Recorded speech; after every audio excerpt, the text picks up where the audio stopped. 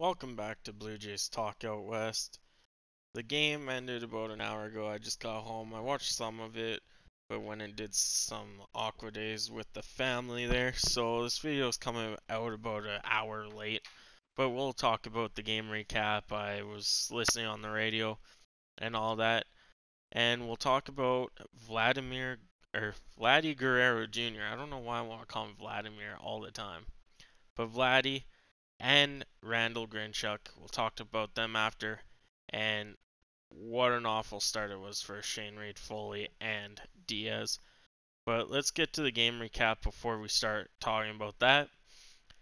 So, top first, Bichette, first pitch swings, hits a double to left field. That's his fifth double in 7 games.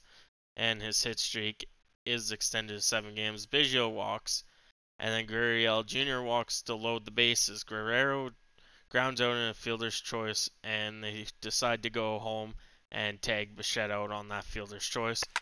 So with 1 out, Justin Smoke flies out to left field, and then Gurriel tries to take third on that flyout while Biggio was running home. There was a play on that where, because Biggio didn't cross home plate before Gurriel was tagged, it's no run, which sucks. It was 2 outs. Gurriel Jr. should have stayed at second, got the run, but doesn't look like that. Didn't happen that way. So the Orioles get out of there without surrendering a run. Bottom first, bases loaded, 2 outs, and the Orioles pop it up, but a lack of communication between Drury and Gurriel Jr. Ball drops, allowing a run to score, but Bichette picks the ball up and throws to second and gets out, so we only surrendered 1 run there, and it would be a 1-0 lead for the Orioles. But top second leadoff double for Grinchuk. Hernandez hits a single to left field, and Grinchuk comes in to score 1-1. Drury bloops a single, runners on second, first, no outs. The Jays would strand them again. This game had a lot of left on base runners. We couldn't bring them around even if they were on. Bottom second, 2 out, 2 on. Bichette bobbles the ball and the runner scores. Bichette charged with an error. 2 runners on, and Mancini hits a double and scores both. It's 4-1 Orioles after the bottom of the second. Now we skip to the top of the fifth. 1 out, runner on third and second. Smoke rounds out, runner scores. It's 4-2 Orioles. But at bottom 5, Orioles would add 2 runs to make it 6-2, but top of the 7th, the Jays bats came out to play. The Jays would go back-to-back homers. Bo Bichette and Kevin Biggio would hit them each to make it a 6-4 game. And then Grinchuk, this play was weird. Grinchuk would hit a double, but everyone thought it went foul. But Vladdy was on third base at the time and told Grinchuk it was fair. So Vladdy scores, Grinchuk to second. They reviewed it. It was a fair ball. And then it was a 6-5 game. Nothing would happen till the top of the 9th, where the Jays would have guys on corners with 2 outs and Hernandez up to bat. But Hernandez would be struck out, and that's the game. And the Orioles beat the Blue Jays, split the series 2 games apiece. So the Blue Jays got pitching was the biggest factor.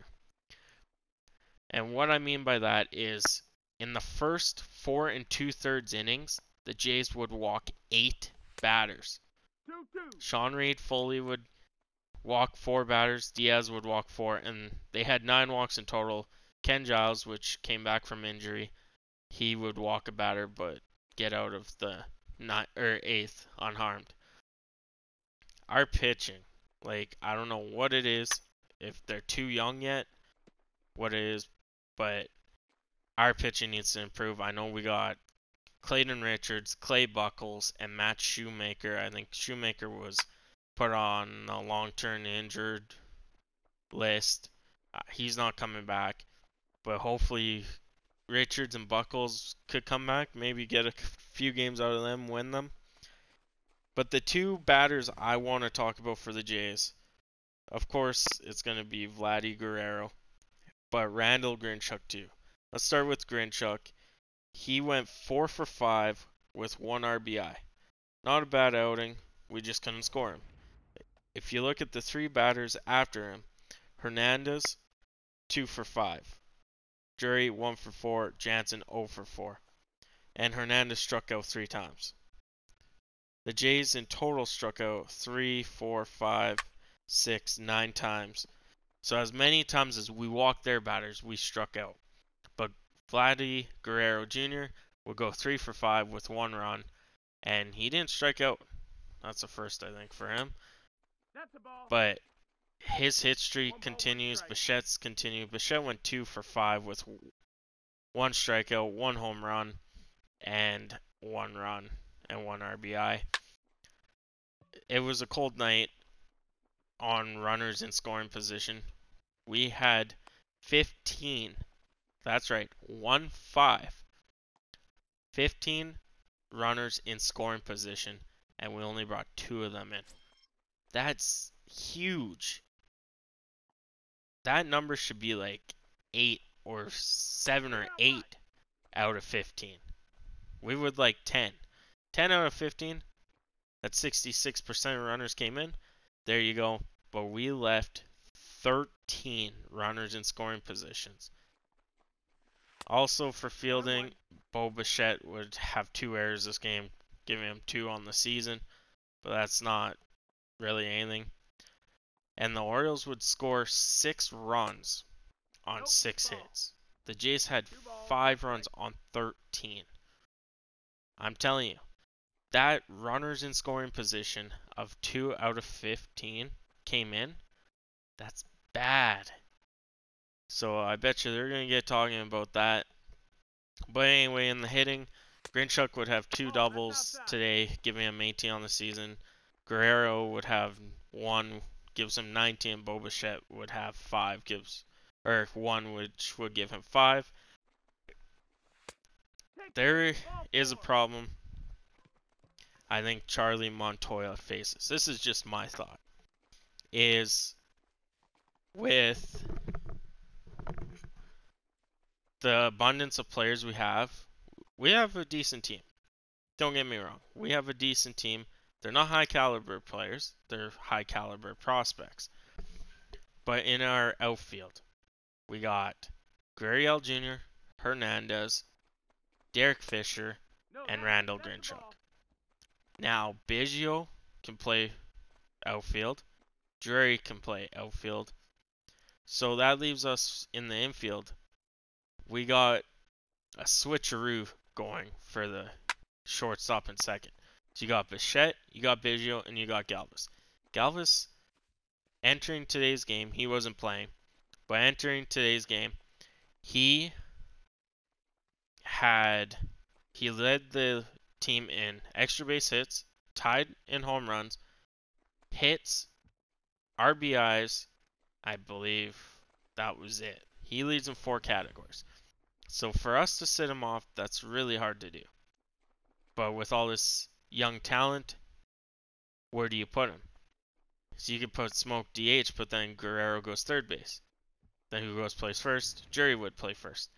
So what do you do? Do you keep rotating Bichette, Biggio, and Galvis? Or do you rotate Grinchuk to be DH and put Galvis out there, but then you're still sitting Bichette, Biggio, or Drury? Give me your opinion on that. I really don't know. But back to the pitching. So I'll read you guys the box stats here. Sean Reed Foley went 4 innings, giving up 4 hits on 4 runs, 1 earned, 4 walks, and 2 strikeouts on 81 pitches. So averaging about 20.25 pitches an inning. Then Diaz would come in, pitch 2 1/3 innings with 1 hit, 2 runs, and 2 earned runs, 4 walks. He threw 33 pitches and his ERA is 27.